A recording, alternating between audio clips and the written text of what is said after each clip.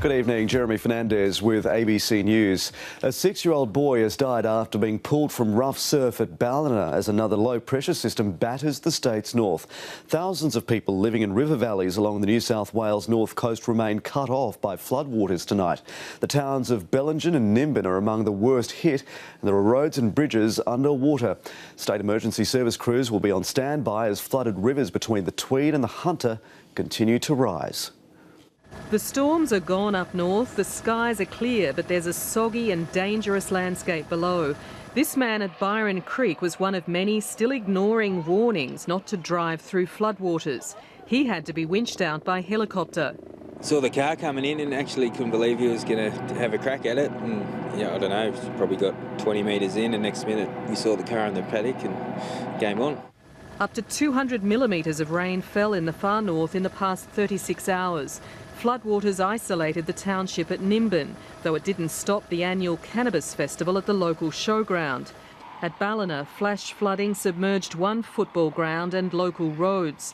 SES volunteers responded to hundreds of calls about leaking roofs and stranded motorists. They could have had worse consequences than they did. We're fortunate to have two flood rescue technicians in our unit.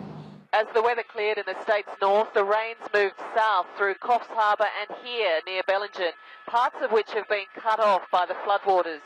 Bellingen copped one of the heaviest falls with nearly 300 millimetres since 9 a.m. yesterday. The Lavenders Bridge over the Bellinger River is completely underwater, stranding residents and motorists on either side.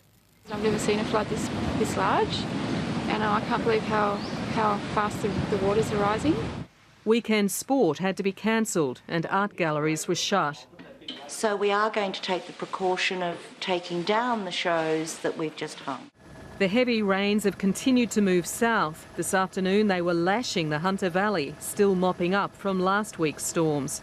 New South Wales was still spared the full force of the storms in Queensland. Fortunately, it fell across the 24-hour period, not within such an intense burst like what Queensland saw. And the good news is, across the northern half of the state, next week is set to be dry and sunny. Anne Barker, ABC News.